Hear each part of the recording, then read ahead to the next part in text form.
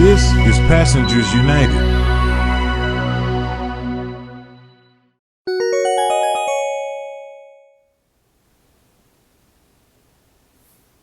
Track workers, the rec crew, and conductors, among others. Thank you for being here. Pat Warren, who's the MTA's Chief Safety Officer, and team at the FDNY who responded so effectively today. Train 722, departing Grand Central, headed to Hempstead, derailed at approximately 11:12 a.m. today. We had MTA Long Island Railroad personnel on the scene. Well, first of all, I note it's an 8-car derailment. Appears to be all 8 cars of the train derailed. Long Island Railroad personnel were on the scene within minutes, coming from both Hillside Maintenance Facility and Jamaica. So from both ends, you had Long Island Railroad personnel on the scene, and they assisted the train crew in dealing with passengers. The commissioner will speak to the injuries, but there were some injuries, some folks who were shaken up, and they were quickly attended to. We had water on the train, and the conditions. Obviously, the temperature is moderate, and the conditions were maintained pretty good for the passengers while they waited for a rescue train. Approximately 90 minutes later, the rescue train was able to, with the assistance of the FDNY, to take them back to Jamaica, where there were folks on hand from the FDNY team to deal with their conditions. Going forward, right now we have the rec crew, which is responsible for dealing with these types of incidents, is on scene. Work has begun. There are both personnel and equipment from the rec crew responsible for the re-railing process who have begun work. The locomotive that's going to be used in the re-railing process is on scene. And there are going to be impacts to this evening's PM rush hour, and in all likelihood to tomorrow morning's AM morning rush hour as well. Within the hour, the MTA, through all of its, through the Train Time app and all of the website and social media channels that we use, is going to issue an update on the schedule that reflects what we are able to run this evening and tomorrow, and in part for tomorrow morning as well. The restoration process is not merely a matter of re-railing the train.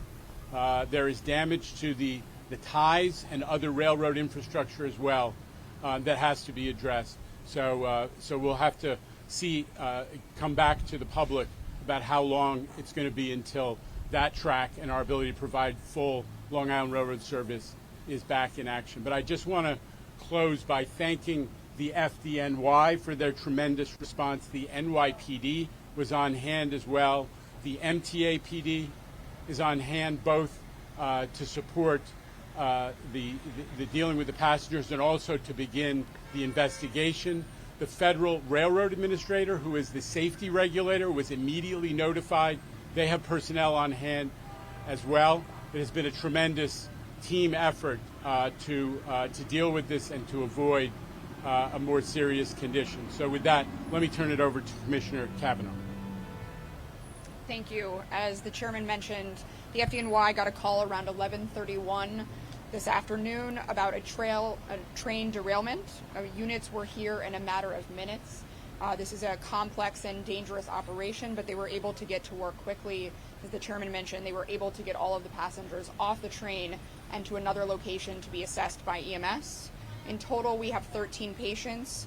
9 of those are minor, 2 of them are moderate, and 2 are more serious, but all of them are stable at this time, and all of them are going to be okay. I want to thank Chief Ferrante and Chief Swords and all the members of Fire and EMS who responded so quickly and were able to quickly get patients off the train, including a few with special needs and special situations, and get them in an area where they could be treated safely. Thanks to that quick work, everyone is going to be okay today. Thank you. Mr. Simon? Thank you. Like Jano said, within minutes, first let me thank Commissioner Cavanaugh and her team, did an outstanding job The MTA Police Department, within minutes, were on the scene to assess the situation and help our crews. Our crews acted immediately to protect the customers, do what they needed to do best to secure and make sure they were safe. Now our track department and our rec crew will do what they do best. They will assess the situation. They will get this train and these tracks up and running as fast as possible and as safe as possible. And we will assist in any way we can. Thank you. Thank you. Okay. Okay. Hold on, guys. Let's start over here. Yeah, Mr. Chairman, we have Miles Miller from Channel 4 with the first question. I understand the derailment, or what we've learned is derailment happened at the interlocking space. Can you talk about that? And this happened sort of near hillside facility. So just tell us about sort of the mechanics of what you learned, what happened with this. Well, the investigation is in its early stages, but the derailment did take place in what we call hall interlocking. That's the network of signals and tracks that allow trains to switch tracks and to switch direction. Hall interlocking is the second busiest interlocking in the Long Island Railroad system after what we call Harold interlocking, close to the tunnels between Manhattan and Queens. So it's an important area, and it's the impact to that infrastructure is now being assessed. Fortunately, we have MTA expertise right nearby at both Hillside and Jamaica. That enables us to do a lot of work quickly. Mr. Chairman, we have Alfonso Castillo from Newsday. Is there any early indication of either any kind of infrastructure failure or any human error that could have contributed to this? Yeah, as I said, the investigation is at a very early stage. I'll let Rob Free speak to the question more than that.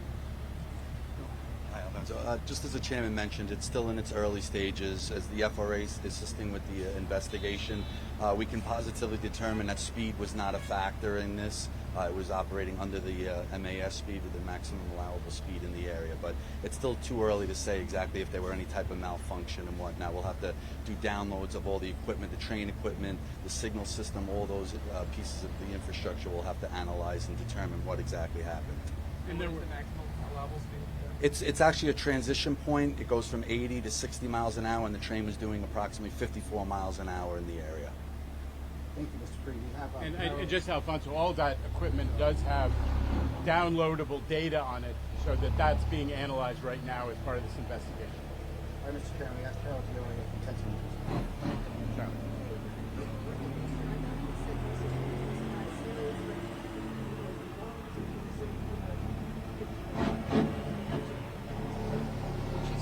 Did you hear the question? I did not hear the question. I She wanted apologize. to know the nature of the injuries, if we knew if they were broken bones. They were all minor, no broken bones or anything major.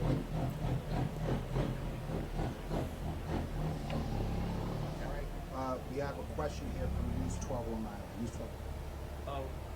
When the first responders first arrived on the MTA police, what was the scene that they came upon? Were the riders in a state of panic, or was it more calm? What was the scene? I spoke to the train crew, and what they said was the riders were not in a state of panic, that everybody was pretty calm. Obviously, everybody got shaken up. You know, we're talking about a train that goes from being on the rails to bumping along on the ties for a distance. So people were a tiny bit shaken up. There were the injuries that the commissioner described, but the situation was very calm. I myself went on the train before it went back to Jamaica and spoke to many of the passengers. They were all calm. They were very gracious. There was a woman with a baby on there who was, you know, obviously a lot of folks were very inconvenienced, but they were in good spirits. Mr. Chairman, Carol Delia has a follow-up question. When you say so it's in the station and it moved forward, how far it had gotten, like a quarter of a mile, or?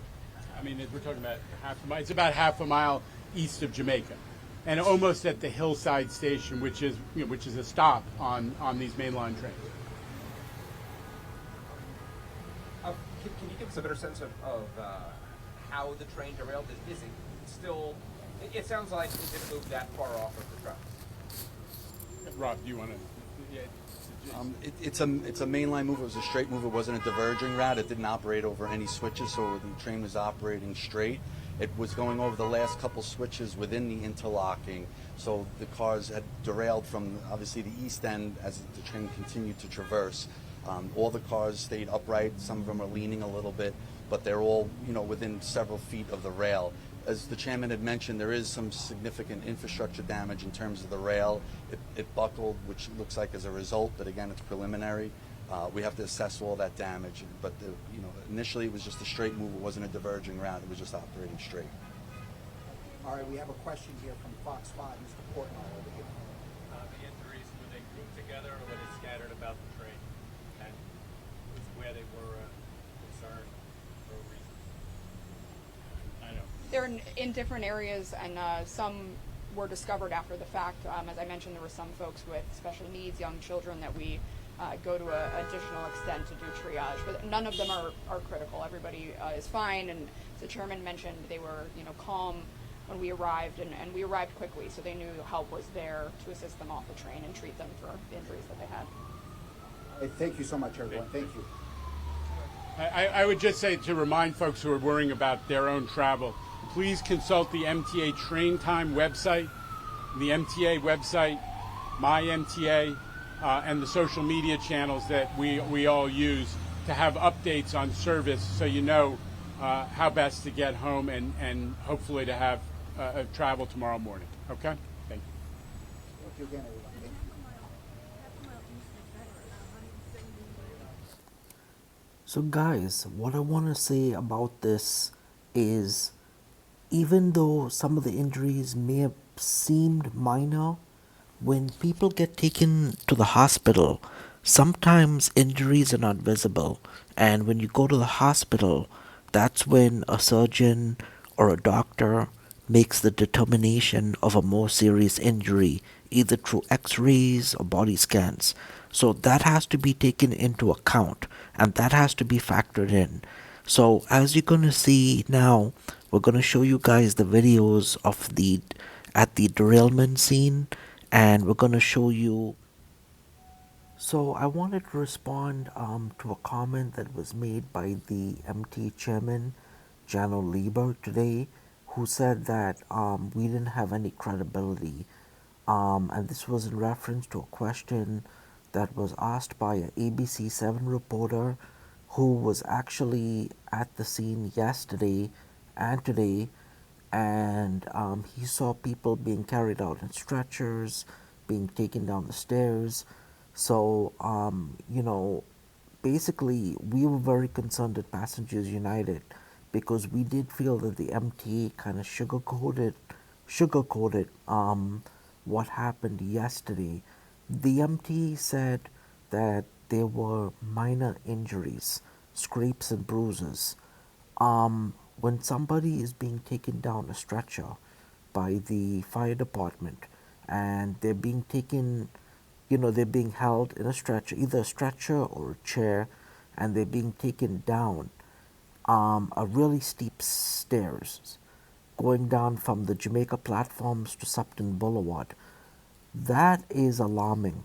And as you're going to see in the photo that I'm going to show you, they could have used 93rd Avenue to do the rescue.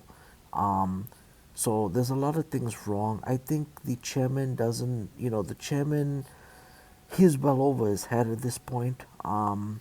He has a right to his opinion. We have a right to our opinion, but based on the facts, and we based our, comments based on what we've seen, based on the rescues. Some of the injuries in yesterday's Long Island Railroad derailment were major injuries, guys, and there were people in pain.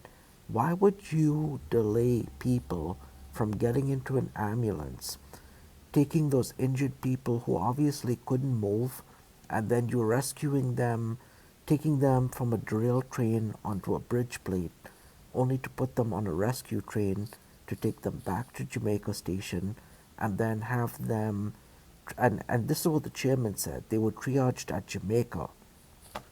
This makes no sense, guys. They should have been triaged right on the derailed train.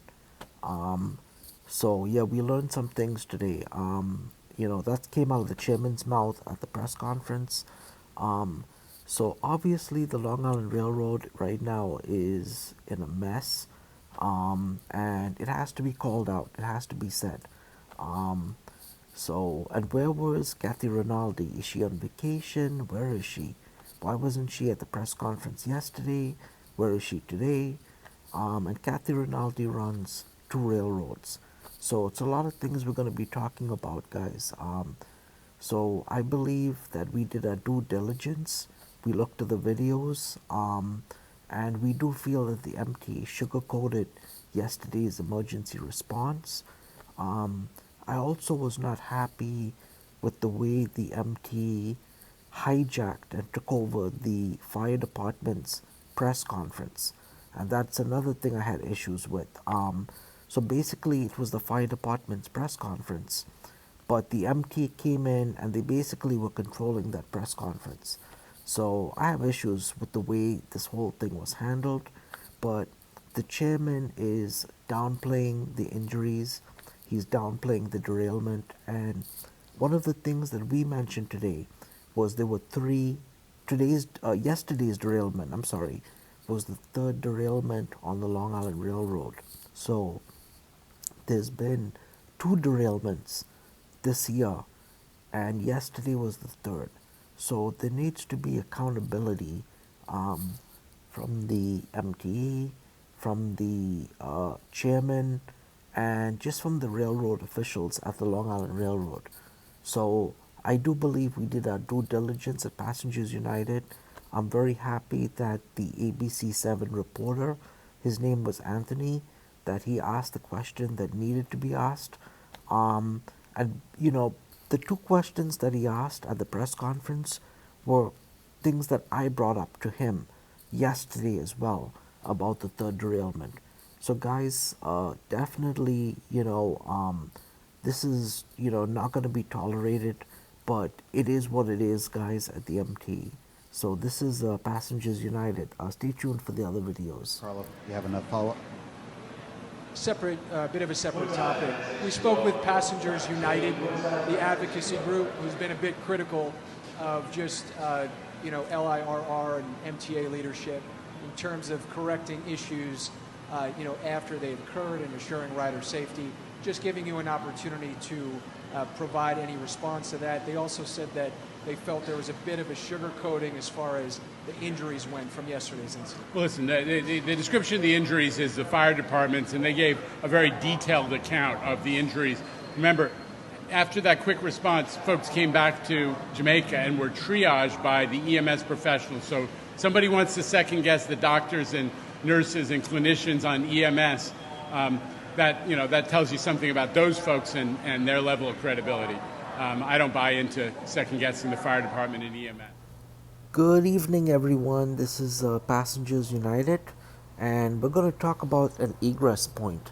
So, guys, as you can see, the ambulances and the fire department, they were all sent to 93rd Avenue and 175th Street because this is where the rescue efforts were taking place for the Long Island Railroad. So as you can see, there's a gate there. There's plenty of space there, and it would have been very easy for them to have gone on from the derail train right there, and they would have been able to do the rescues and the triage much quicker than going back on a rescue train to Jamaica. So this was the location that the MTA should have used, guys. So this is why I'm upset with the MTA chairman, because the MTA basically tried to supersede the fire department, and I didn't think that was very, what's the word I want to say, professional on their end. They should have let the fire department, work on the rescue efforts on their end. So this is Passengers United, and please watch the rest of this video. Thank you. So guys, I wanted to show you the tweet from the Long Island Railroad. So it says, earlier today a train derailed east of Jamaica. We were able to safely evacuate customers from the train, and 10 are now being treated for minor injuries. And as you can see in the picture, the MTA chairman and CEO General Lieber is on the scene with LIRR and EMS personnel. So you see him there, and he's in the way of the firefighters. Guys, does this make any sense to you? That, you know, you have a major incident that was happening, and General Lieber is taking photos. Look at this. Take a look at this photo. 2 firefighters. So I don't know if that was the best move really to do and then to publicize that. And then take a look at this, guys. This is the derailed train. So this was, I believe, this was the front of the derailed train. If I'm correct, or this may have been behind, guys. So yeah, this is the derailed train. Oh yeah, this is the back of the derailed train, guys. Yeah, because Hillside facility is further down. And then if you see this picture, you see all the workers there, and that is the back of the derailed train over there. So obviously, guys, you know, the MT chairman messed up, and we're also going to try to get the video of the press conference that was held by the MTA for you guys as well. Yep, it's rolling now. This was shot earlier today. The MTA says train number 722 derailed shortly after 11 o'clock this morning, and that speed was not a factor. The train was going about 54 miles per hour. All 8 cars of the train derailed, and that happened in the area of 175th Street and 93rd Avenue, which is just outside of Jamaica Station. There was a massive response. Stop it for a second. So guys, if there were minor injuries, as what the MT is describing in this train derailment, how did they get these passengers who were injured really badly onto the rescue train? That means the firefighters would have had to have carried them through the ladder, or through the little ramp that they use, the yellow ramp that they would put in between the tracks and in between the rescue train and the derailed train, and then they brought them back to Jamaica only to carry them down the steep stairs. Guys, does this make any sense to you? Go back to the video. Response from the FDNY, and the MTA brought in a rescue train. It pulled up right next to the derailed train. Look at this lady. To transfer the passengers on and then take them back safely to Jamaica Station. The FDNY reporting there are 13 injuries. 9 are minor, 2 are moderate, and 2 are more serious. But thankfully, everybody is going to be okay. MTA Chair Jana Lieber says the derailment is affecting the commute tonight, as I said earlier, and it is going to do the same tomorrow. You are about to hear from him, as well as 2 passengers who were on the train. One of them is a woman who was taken to the hospital with a knee injury. All of a sudden, there was a bang and a loud motion, and I was thrown from the seat to the ground, and they told us all to sit still and just wait and see what happens. So now, what are your injuries? I hurt my knee pretty bad. The train was going just with a normal speed, and suddenly it shattered out of the rail. It suddenly shattered, and people were panicking. There was a pregnant lady, and we saw her like she called her husband, and she was really panicking. We said that, "Are you okay?" And she said, "Yeah, I'm fine." Derailment did take place in what we call hall interlocking. That's the network of signals and track that allow trains. Stop it for a to switch second. track. So I have issues with General Lieber. Here's why I'm upset with General Lieber. The Long Island Railroad Twitter account posted pictures of General Lieber on the derailed train. So why would he be on the derailed train doing a photo op for Twitter when his job is to coordinate things on the ground, right? Obviously, and that could have messed up the rescue. And I don't think by him, posting videos, posting pictures on Twitter saying that he was on the rescue train really has much to do about anything, guys. After looking at what we're seeing, so the MTA was trying to downplay this as it wasn't a bad derailment, but it was a bad derailment. Look at the videos on the news. Go ahead. To switch direction. Hall interlocking is the second busiest interlocking in the Long Island Railroad system. And of course, the MTA chair saying that system is being assessed as we speak. Now, we are back here live again. You are looking at part of that derailed train with the crews up there. They are going to be working throughout the night to remove the train. As for the cause, as I said at the top, it is still way too early in this investigation to have that answer. Natasha, back inside to you. Quite a scene. All right, Linda, thank you. Alright, so I'm not happy with the Long Island Railroad's performance today. And let's go to Pix 11. Can we get the Pix 11 thing? Midday mayhem after 8 LIRR train cars jumped the tracks just east of the Jamaica station. At least 100 passengers were on board, including this man. The train just started bouncing all over the place. Everybody started screaming and yelling, and then stopped. Air 11 was over the scene of the derailment as emergency crews So rushed. look at the tracks on the side. The tracks don't have concrete, they're wooden ties, guys. That tells you everything. And as you can see, the derailed train obviously is on the track to the left of it, but it was switching from the track where it had wooden ties to the concrete tracks. In to get all of the passengers off the train. They were transferred to an There we go. adjacent train. Guys, stop one it. by one. So this is what I'm talking about. So as we saw earlier in the video, guys, on what was it, Channel 5, they were carrying victims. What I want to know is, so why couldn't they just have the ambulances and everything meet the train here? So what they did was they took the people out of the derailed train, put them onto the bridge, only to take them back to Jamaica to have them carry them down the stairs, the steep staircase. I don't know if this made sense, guys, because this was an eastbound train going to Queens Village, Hollis, and Hempstead. One by one, including a baby. From here, the rescue train took all of the passengers to Jamaica Station to be evaluated. In all, 13 passengers were hurt. And there was also a lady, she was pregnant, and she suddenly called her husband. Like, it was like all of a sudden it happened.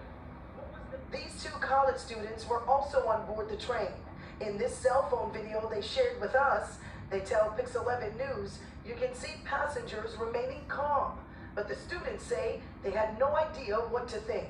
I thought that what if the train, like, it falls in a hole or something like that? What if, like, there was many thoughts going through my mind. So it just derailed and everyone panicked and they said like run and we ran.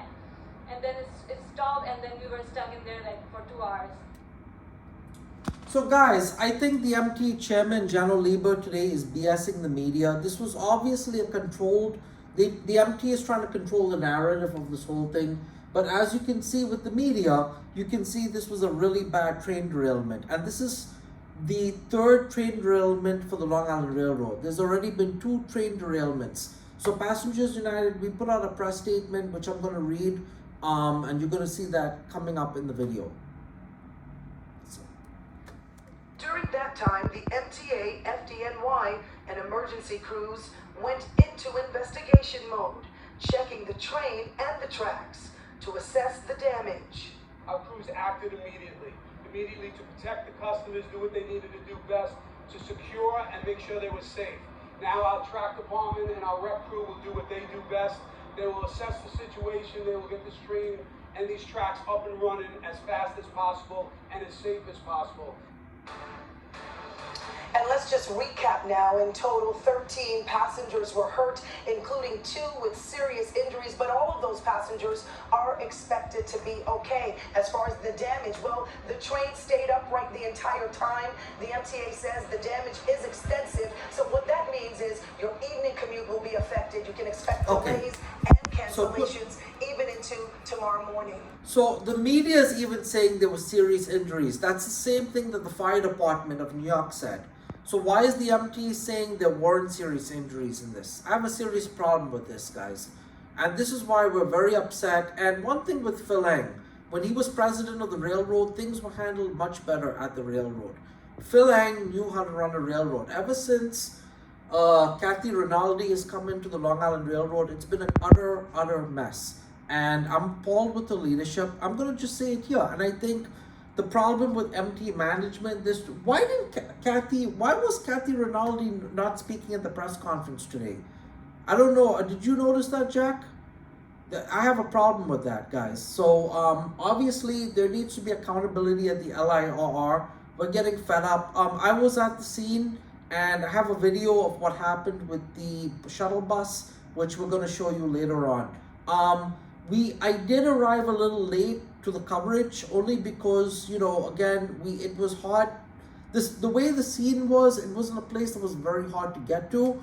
But what I did try to do was get to Jamaica Station, and we did tweet out this morning what was going on. So we did the best we could, and we did put out a press statement for the media, guys. So you can always count on Passengers United to get to the bottom of these things. We are trying, but dealing with the MT is a bureaucratic, annoying, and they're just, you know, the people running the MT right now, it's a mess. It's a mess. And Riders Alliance refers to this as a luxury service. Guys, people are paying a lot of money. They're about to be paying more money now, and this is not a luxury service. This is a complete shit show service. That's what it is. Alright guys, this is Passengers United. Stay tuned for the next video, which is going to accompany this. Go. Okay, so another disaster, and honestly, if the MTA chairman was going to actually go over to the scene, he could have been helping the customers. At this point, there is not much information that really supports the conclusion that he was really going out there and helping people onto the other train. So that was definitely a waste of time and definitely a waste of resources, and especially his position. This could have been handled much better.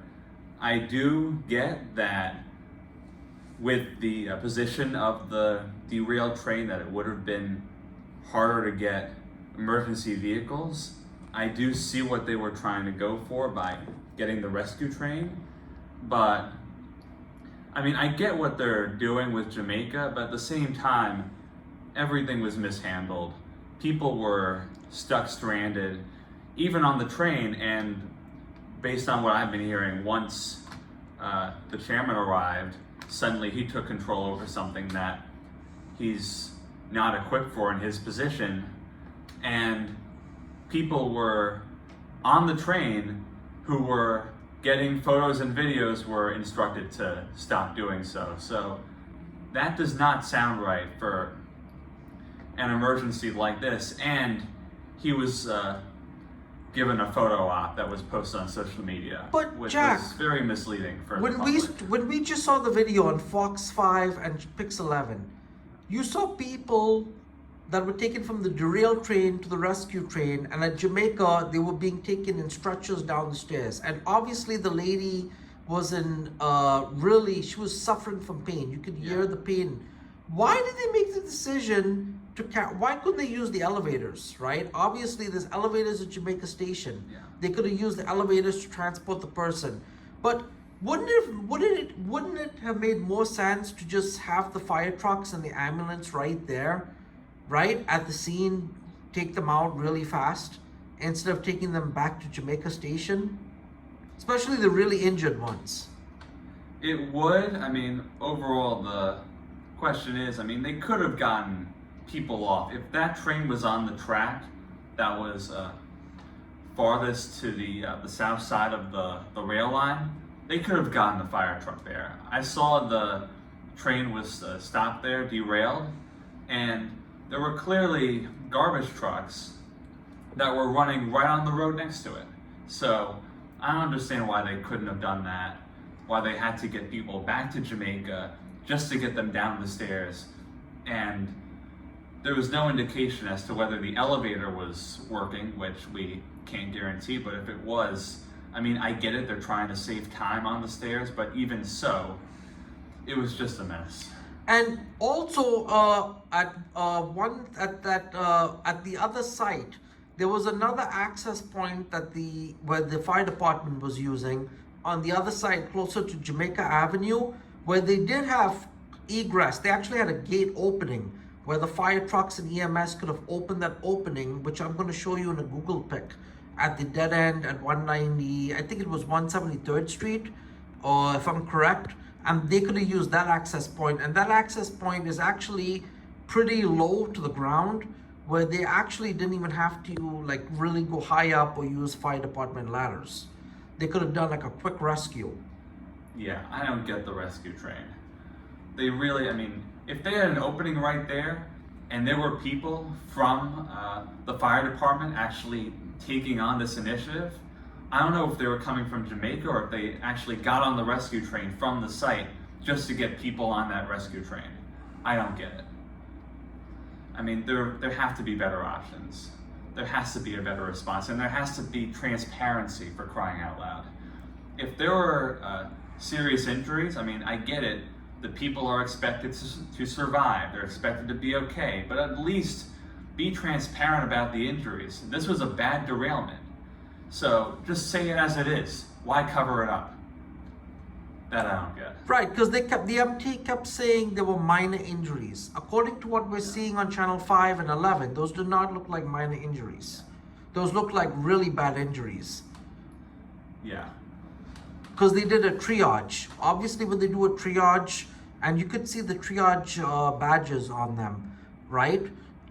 That's not. So I'm very upset with General Lieber and also Kathy Rinaldi and the people running the railroad because they're trying to cover this up. But Jack, what do you have to say about because this is the third derailment today that happened.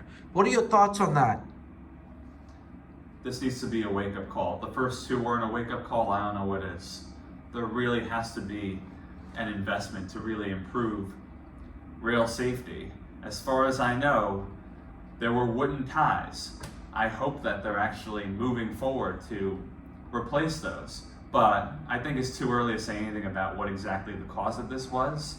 And once we hear more from the investigation, we'll be able to provide further insight into not just what happened, but what should happen. So just stay tuned for that. And also, I believe the Federal Transit Administration will probably investigate this crash. They would have to investigate it. I mean, look how bad it was. Right. 8 of the 10 or 12 cars on that train going to Hempstead, 8 of those cars were off the rails. That's pretty bad. That was a lot of damage. People were delayed, trains were delayed or canceled today because of what happened, because this took out more than one track. So how could this not involve a federal investigation? And also, I want to clarify something. So the MT kept saying in the press conference that speed was not a factor in the derailment. Do you believe speed was a factor? Because technically, they did say it was a 60 zone. I'm assuming it did get that far, that the train was actually accelerating to its normal speed. The train, as far as they're saying, was going 54, which was below the speed limit for the line. So in that sense, it was not. But it was honestly, I think it's still too early to say about what exactly was going on that led to this derailment. But I don't think speed was a factor considering the maximum allowable speed for the line. And I know the chairman mentioned, he referenced hall interlocking. What are your thoughts on hall interlocking? I think overall there needs to be, long-term wise, there needs to be an investigation an investment to just redo Jamaica. We already saw a similar investment in the Netherlands in their busiest station, where they were able to dramatically improve train speeds on the line and improve safety by just decluttering that entire intersection, where you have multiple junctions going into 12 different tracks, and they could easily smoothen that out. Trains could be running faster, and there are already proposals to do that. So I really think that's another factor that should be looked into. All right, Jack, anything in closing? In closing, this could have been done a lot better. Seriously. Right. And also, there's been a lot of breakdowns on the M7s lately. Does that concern you that the M7 cars are breaking down at a high rate? Well, any breakdowns should be concerning, especially for this kind of fleet that's the most populous in the Long Island Railroad. They have 836 M7 cars. What happens if there's a defect that they have to take all of the M7s out of service? That's going to cripple the railroad. So I do find that concerning, and I think they really need to make sure that they're actually maintaining these train cars. and actually overhauling them as it is necessary to actually maintain their longevity and actually their safety. So there were issues with the shuttle buses at Queens Village and Hollis, which I took a video of the bus. How did you feel about that? They completely botched it. First of all, at least have wayfinding there, and if not, actually bring personnel out to guide people to the shuttle buses and actually have more than one shuttle bus available. If there's a situation like this where they have to close several stations down, at least have an emergency plan to provide shuttle buses. We need replacement buses whenever there's a service outage anywhere, and it shouldn't just be in the city. The Long Island Railroad is having its issues left and right, and there needs to be a remedy, and if not sooner, there needs to be a backup plan. So when I was downstairs looking at the shuttle bus, one of the supervisors for the railroad, I think she was with operations, and she was in control with the command center and the train dispatcher's office. She told me the reason why they had the shuttle bus closer to the LIRR ticket office is because some of the trains arrive on 4, some of the trains, the eastbound trains, are arriving on 8, and also, but why didn't they have proper announcements? They could have made up a sign and at least posted it at each stairwell directing people straight ahead, because people came down there and people told me they were lost completely. Many of them ended up taking cabs.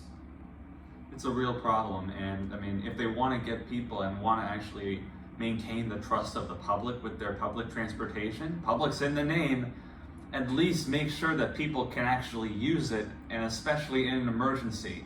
Not just have personnel, but we have live announcers making station announcements. They could have made announcements about this. I don't know what they're doing. Like, what are you getting on a microphone for? If there's an emergency, direct people to the flipping buses. It's unacceptable. Jack, I don't know if you know this on Twitter, but I heard some people missed the last train of the day to Greenport and Northport. It was on Twitter. Go on your Twitter on DM.